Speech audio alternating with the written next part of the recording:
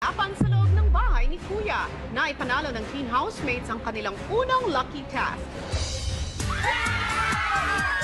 Congratulations, housemates. Binabati ko kayo.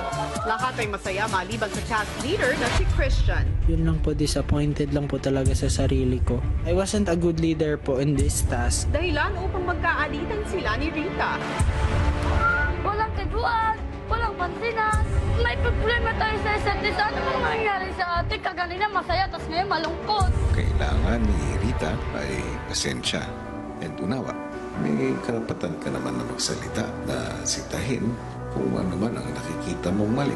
Pero sa tamang paraan, bilang bata, dapat ibigay mo ang respeto na nakarapat dapat para sa kanila.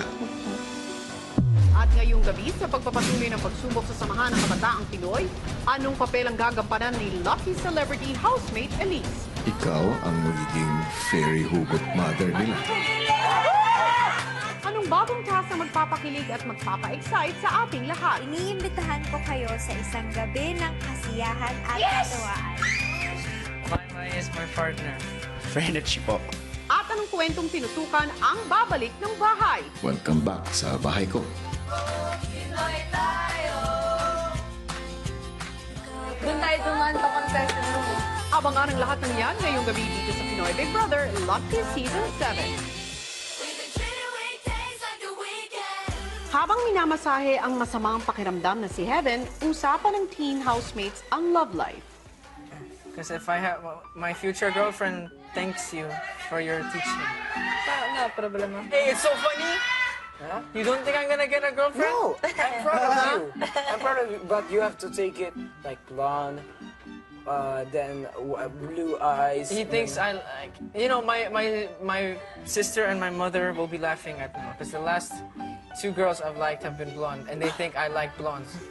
You love blondes. I don't care. If it comes, it comes. If you don't care, so it's okay, Ma'am Ate Maymay. Yeah.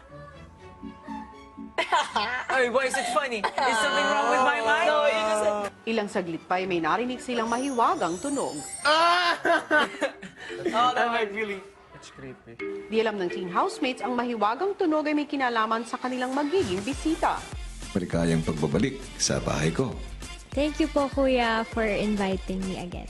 Elise, Kuya, kaya kita inimbitahan muli dito dahil meron akong espesyal na misyon para sa'yo. Gusto ko kasing mas makilala ang mga girl teen housemates ko. Gusto ko kasing malaman kung ano-ano ba yung mga hugot nila, kung ano yung mga insecurities nila. Isa-isang kinausap ni Kuya ang girls tungkol sa kanilang insecurities o mga bagay tungkol sa kanilang sarili na hindi sila komportable. Ipinasulat ito ni Kuya at ipinapasok sa kanilang hugot box.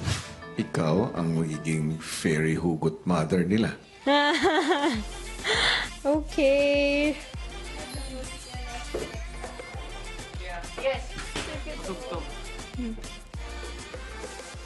You need to cut it.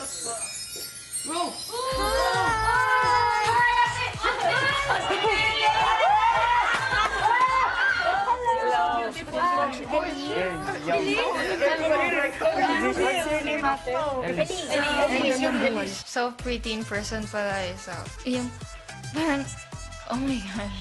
Maganda, super maganda. Elise, Ganda mo po. anong name niyo? Wait, Christine po. wait, upo tayo para makilala mo kayo isa-isa. Okay. Ganda niya. Reaction ko po talaga nito.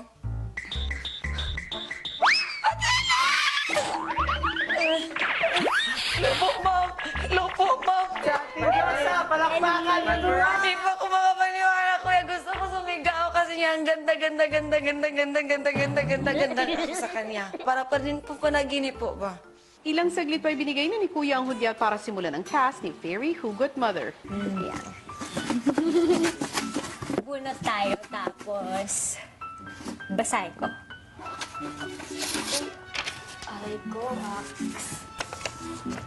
buti pa sila kumpleto, samantalang ako iniwan na. Ako yun. What do you It's not what mean? you think. It's not what you think. Daddy ko po yun. Sa Hong Kong po ako pinanganak. Then next day po kami sa Singapore. Doon po ako nag-study ng kinder. Then pumunta po kami ng Philippines, grade 1 ako. Then ang sabi ni Mommy, kaya kami lilipat dito kasi mas maganda yung education na English and Filipino yung magagamitin na salita. Then nalaman ko po na nung high school na po ako, hiwalay na po pala sila. Pero Yun yung nung reason. pinanganak ka, Okay doon po. pa rin yung dad Okay mo. po. Yun, so parang, Daddy, Where are you? where are you? Yan, yun. Doon ako na-insecure. Yun nga, pag nag-church, may nakikita ko kompleto yung pamilya, may tatay, gano'n. Isa din yun sa mga insecurities ko po. Yung tatay. At least, meron pa silang connection. Pero yung akin, wala na talaga. Medyo nakarelate ako sa'yo. Kasi, well, I grew up without a dad talaga. Yung mom and dad ko, nag-separate na sila bago pa ako panganak. Ikaw, maswerte ka pa na nakilala mo yung daddy mo. Maswerte ka na yung nanay mo is still there for you. It shouldn't be an insecurity to you kasi your mom is both your dad and your mom. Sabi niya, wow, poetic. Naibigay ko na ang puso't ko't lahat, pero tila'y sa mundo ito'y di pa rin sapat. Kanino to? Joke, it's fine. Sometimes I get pressured kasi yun nga, I'm the only child. So, I give my best in everything that I do. So, when I was in high school, parang top talaga ako lagi. Pero when I came to college, everyone is just as smart or smarter. I get you. Kasi nga pag isa ka lang, lahat ng attention nasa'yo. You have to take it easy on yourself. Umiikot yung mundo. So, once you're on top, mawawala din. Pero kaya namang bumalik. Ikaw naman. Number 1. Minsan, kailangang magtira ka para sa sarili mo dahil para sa bandang huli, hindi ka nasasaktan ng bonggang-bongga. Ate Maymay na. Number 2, hindi kailangang maging perpekto o magandang katawan para mapansin ka. Pinayuhan mo ba sarili mo? Explain mo kung bakit mo pinayuhan yung sarili mo. Opo, kasi naka-experience pa ako ng relationship po. Talaga? Opo, serious ako. Serious din siya, kaso nagbago siya. Wala. Paano nagbago? Dahil sa side niya po na ayaw sa amin. Yung parang, Kasi nga pag nagbigay ka ng buong buo na pagmamahal, it takes time bago mo makalimutan talaga yung tao. Iba pareha sa'yo ni Yun na yun. Huwag mo na ituloy. Balikan mo kung paano kayo naghiwalay. Tapos kung makikita mo na hindi naman ikaw yung may kasalanan, hindi naman dahil sa'yo kung bakit kayo naghiwalay, marirealize mo din na you deserve better. Maliban sa pag-ibig, si Maymay may maliit din problemang hinaharap. O yung number 2, explain mo. Sabi mo hindi kailangan maging perfecto, magandang katawan. kasi wala akong boobs, mama. Yung ganda naman at iba-iba yan eh. Merong maganda yung mukha, tapos merong namang maganda yung katawan, sexy, tapos meron namang ma-appeal kasi dahil sa personality nila. Yung parang marunong kang humarap sa tao. Si ma'am. Hindi nga. O bakit ikaw yung napili ng mga lucky celebrity housemates? Kasi ikaw yung tumatak sa amin. Thank you, ma'am. Ayun. Ang pagkabalbon ko ang nakakapagpa-unique sa akin. Yours. Yeah. Actually, it's ruined my insecurity ever since. Nasa genes na po kasi ng side ng mama ko yung pagkabalbon. Yeah. Para po sinasabi nila na something like, nagbibinata ka na ba, ganyan. Babae ka ba talaga o lalaki? Or yung worst talaga is pinaglihi ka ba ng unggoy, ganyan po. So, Na-surprise po ako kay Vibri. Akala ko she's okay about being here, pero hindi pala. Your face is really pretty. It just depends on us kung paano tayo magbo-bloom. Siyempre, as a girl, it's part of, grooming yourself. Part din yun ng self-esteem mo, para sa sarili mo. And I'm really happy because I get to know other girls' insecurities. Normal naman yung mga hugot nila. I felt that way din po nung kaedad ko po sila. Depende na lang po talaga kung anong gagawin mong paraan para at least mabawasan yung insecurity mo. Sa naging usapan kasama si Elise, naway nakakuha ng inspirasyon hindi lamang ang teen housemates, kundi pati na rin ang mga nanunood nating kabataang Pinoy. Hello Philippines and hello world! Sa pananatili ng teen housemates sa loob ng bahay, nakikita nga natin ang kahalagahan ng paggabay sa kanila ng mga nakatatandang pinagdaanan din ng kanilang mga naranasan. At ito ang nagiging task ni Elise at isa pang espesyal na bisita. Sa pagpapatuloy ng paggabay ni Elise, isang task na may kinalaman sa pakikitungo sa ibang kabataan ang ibinigay ni Kuya. At kung ano ito, tignan natin ang susunod na ginawa ni Fairy Hugot Mother. Narito, panoorin natin lahat. Okay, so may babasahin ako sa inyo. Kung nakikita niyo. Swerving boy! Invitation. Ay, parang gasball kayong Teen housemates, bilang tanda ng aking mainit na pagtanggap sa inyo sa aking bahay, iniimbitahan ko kayo sa isang gabi ng kasiyahan at katuwaan. Maghanda na maging isang prinsipe at prinsesa sa Swear Teen Ball 2016, Big Brother. Excited kasi first time ko mag-ganon yung mga ball. I wanna experience a ball again na hindi ako yung queen.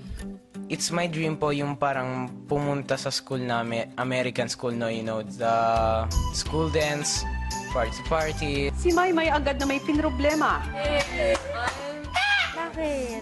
Kasi dito na Pagbigyan ka ni Kuya, hilingin mo kay Kuya, di ba 5 lang yung boy? Oo nga, they are, mama, We can share. We can share. No sharing. Sino bang gusto mong makasayaw? Kuya, wait lang. Sobra ko pong saya, Kuya, kasi matutupad na po ang pangarap ko. Kahit anong party po, hindi po ako naka-attend. Kahit Christmas party po, Kuya, hindi po ako naka-attend. Well, a lot of the housemates were really excited, but me, to be honest, and it's not always been the best or most, the most fun experiences. Sabi mo kay Kuya, Kuya, may hiling daw si Maymay. Kuya, I'm the only one I don't have. I request Enrique to be my partner. Ano nga kaya ang magiging paghahanda ng housemates para sa kanilang nalalapit na ball? If I don't get the right name, it's like, I was wishing to go to the dance with heaven. At ano ang magiging papel ni McCoy sa task na ito? Abangan yan sa pagbabalik ng Pinoy Big Brother Lucky Season 7. Habang naghihintay ng pagkain, ang teen housemates kinukulit si Elise. Ma'am, nagustuhan mo na ba si Kuya Makoy? Ano ulit yung Hindi lang man, ma'am. Uy guys, gutom na. May chance, ma'am. May spark. May spark. Yun na lang, ma'am. Charming naman talaga si Makoy. Pero syempre, kinikilala pa namin yung isa't isa. So, do you have Getting to know each other in the process. Maya-maya pa pinagsaluhan na ng lahat ang hinanda ng boys. Thank you, Christian. Thank you, boys. Baliktad, no? Sila yung taga-luto nyo dito. Other than Christian, sino yung nagluluto? Si Marco. Pagdating ng oras para matulog, excited pa rin sila dahil sa kanilang bisita. Parang ako makapaniwala na kasama na natin si Ate Elise, no? Nakabalo mong kasi na. Sobrang kinis ni Ate Liz. Can I have her? Sobrang ano gusto yung katabi si Ate Elise, bay? Good night. Sweet dreams. Kinabukasan,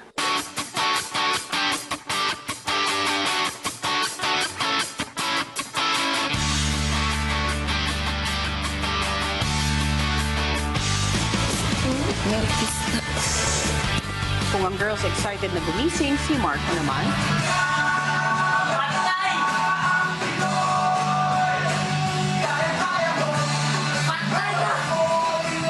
I hate you, wake up call.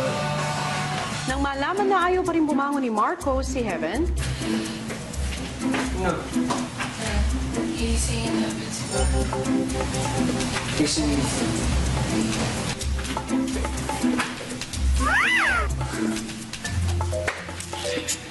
Singalaw. Singalaw. She wake up me. ilang sandali pa si Marco nagsimula na maghanda ng lulutuin. Mark and I were in confession. Sintigas na. Puso ni Heaven.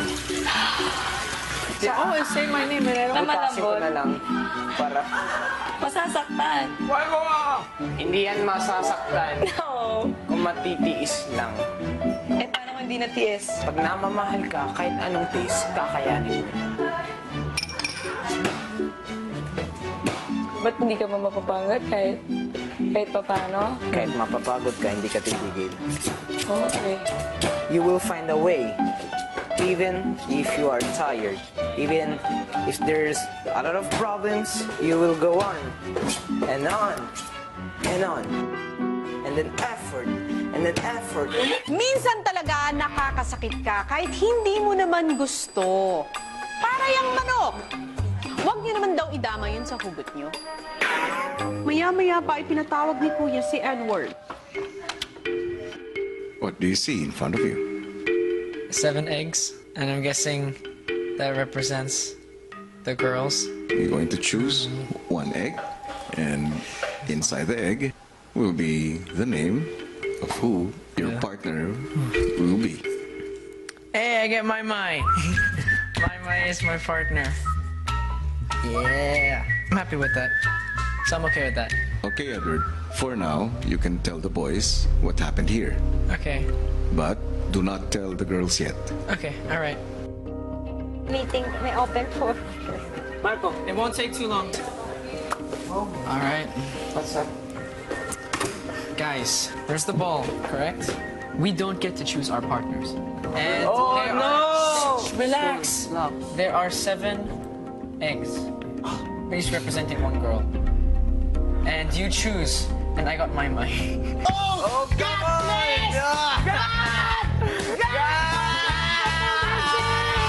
The girls are allowed to know. Ilang sandali pa, sunod namang bumunot si Yong. Pabuksan mo na. Rita po. Ano pakiramdam? Masaya lang po. Magaling siya na sasayaw. Ang girls napansin ang tila pagkabalisa ng boys, lalo na ni Marco. You okay? Huh? Are you okay? Problemado sila sa gagawin nila. It's really hard, really. It's so hard to accept that. Just, if you're lucky, you're lucky. Yeah, if you're not lucky, you're not lucky. Papa. Why? Life is like that. Maya-maya pa, Tatanggalin ko Hey, to. Marco. No! Your turn, bro. Oh, no, man, no. Marco. Young! Guys, pray for me! Come on! Oh, no. Isa pwede. Marco, please, Lord, help. Marco, get together with him. sige nga, baka nga naman madaan sa dasal ang ball date mo, Marco. Cute. Thanks, man. Alright, let's go, bro. Bonne chance, mon cher. Why? Why, kuya? Oh, no. Why, Marco? Nakakakaba, kuya. If I don't get the right name, it's like... I was thinking about to go with her, not with she. With whom? I was wishing to go to the dance with Heaven.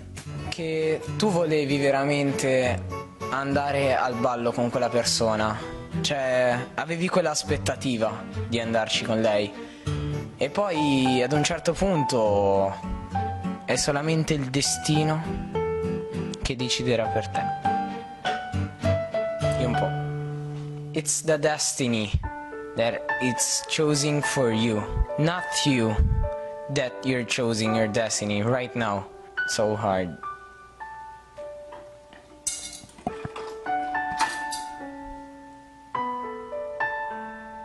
Sigurado ka na dyan?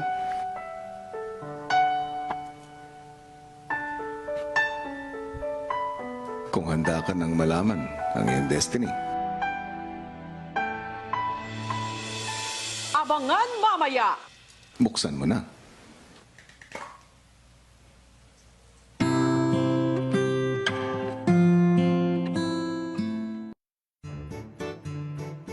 Kung handa ka nang malaman ang iyong destiny, buksan mo na. No. My sister.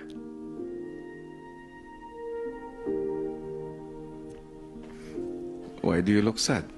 Because I was really hoping to dance with Heaven. Let's go in the room.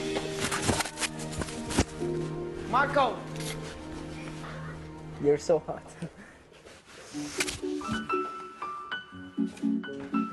What about? What's up? Heaven. Did you do it? Sino?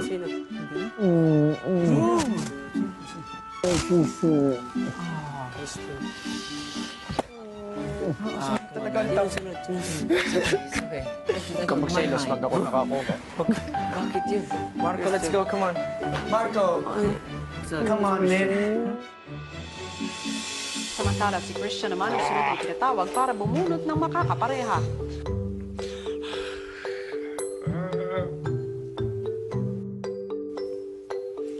No!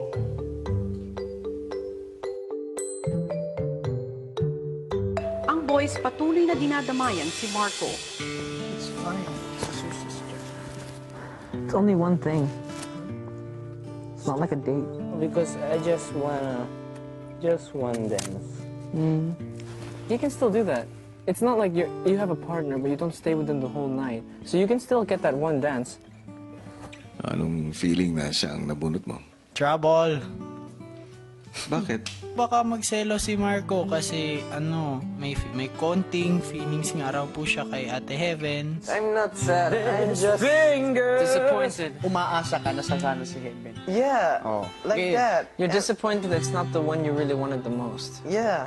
Ang boys nagbuo na lang ng plano para sa magaganap na ball. Marco gets his dance, okay?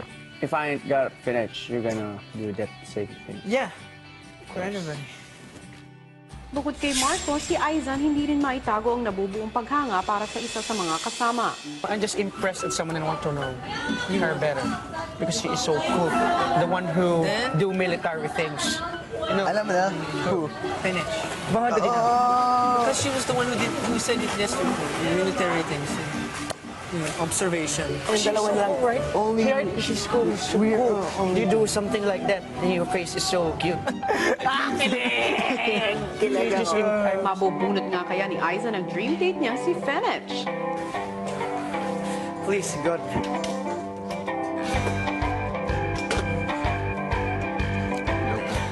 Bumunot ka na ng isang itlog. Sige po.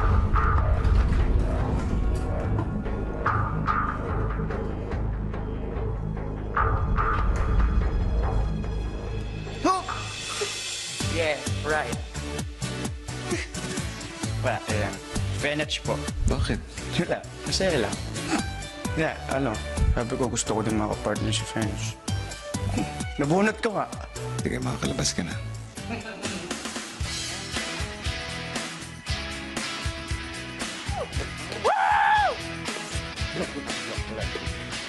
Si Marco. Marco! Marco! Marco! Okay. Grabe. I'm so blessed.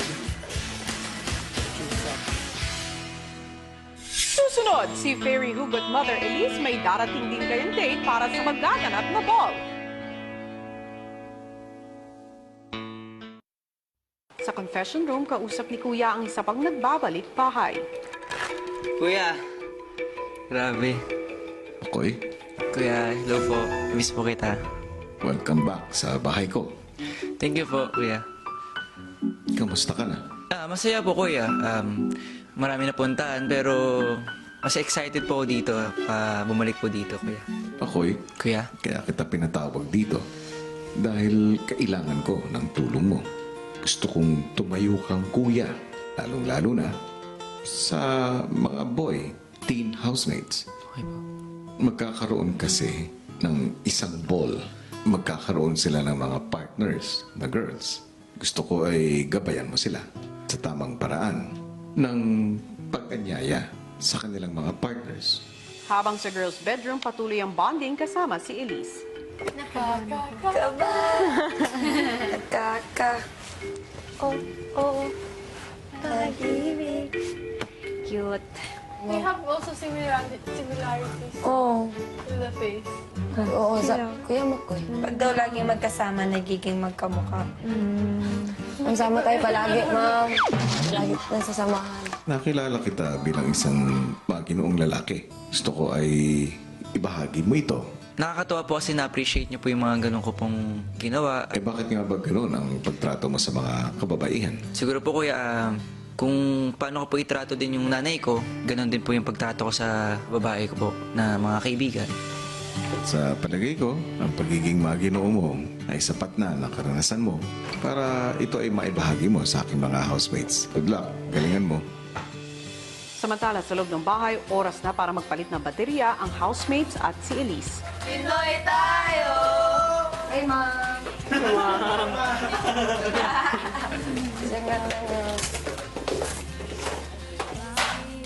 Sabi ko, bali, kumanda sa mahal mo.